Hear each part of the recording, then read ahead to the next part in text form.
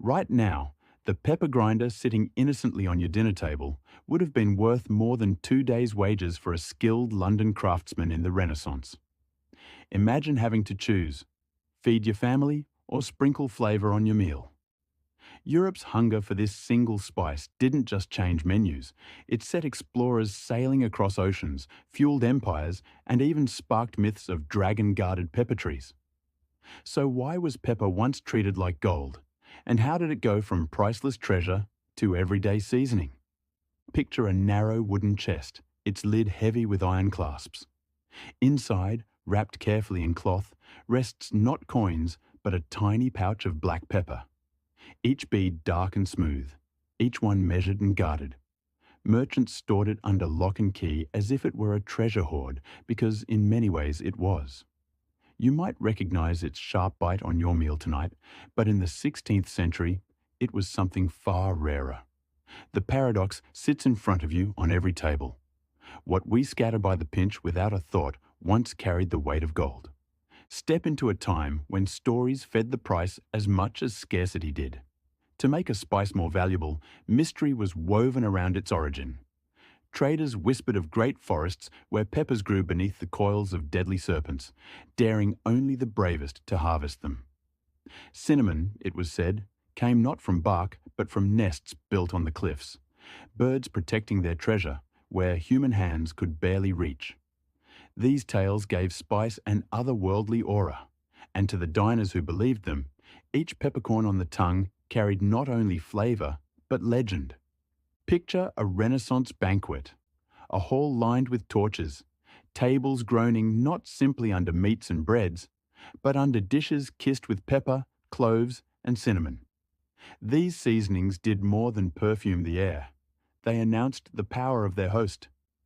A stew sprinkled with exotic peppercorns whispered wealth more loudly than silver cups could. Saffron-stained sauces glowed with a golden hue, sending a message of status before a single bite was taken. Taste mattered, yes, but the deeper meaning lay in display. To season was to show authority, to feed guests from a treasury disguised as a kitchen. The prices reflected this weight of meaning. Imagine entering a London market, a skilled man carrying the hard-earned pay for his week. He could feed his household on his wages, but if he turned and handed over those coins for pepper instead, the cost of just a pound would consume several days' worth of income.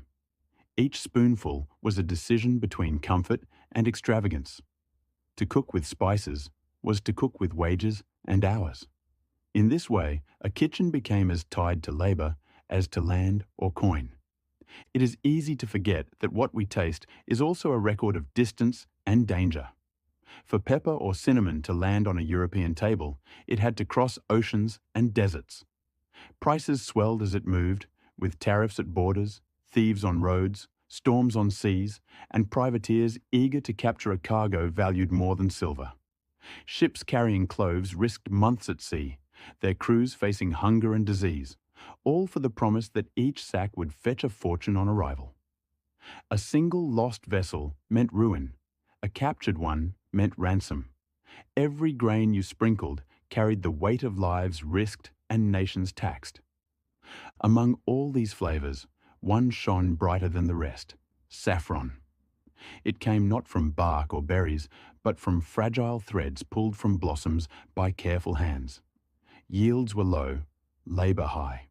To season a bowl of broth with saffron was to lay down a fortune. Its worth surpassed cloves, rivaled pepper, and sometimes exceeded gold itself. Just as a jewel box might display rubies, a kitchen with saffron displayed wealth. The colour spread through food like a signature, marking those who could purchase brilliance. These spices were more than mere flavours. They moved as currencies, as medicines bottled in jars, as carriers of myth and prestige. To possess them was to hold power that extended far beyond the kitchen walls. And yet, as treasured as these old-world flavours were, another question emerges. What would happen when Europe encountered foods from across the ocean that were entirely new, crops never shaped by their myths or markets before?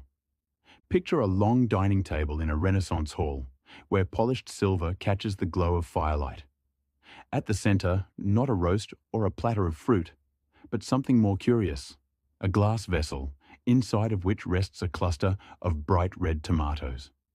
They are not eaten, not even touched.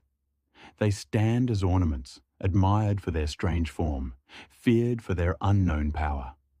Whispers circle the hall that these fruits might harbor poison. To approach them is to risk one's health, so they remain untasted. An object of wonder, yet also a threat, displayed more like a jewel than food. Step into the mindset of Europe as ships returned, bringing more than spices.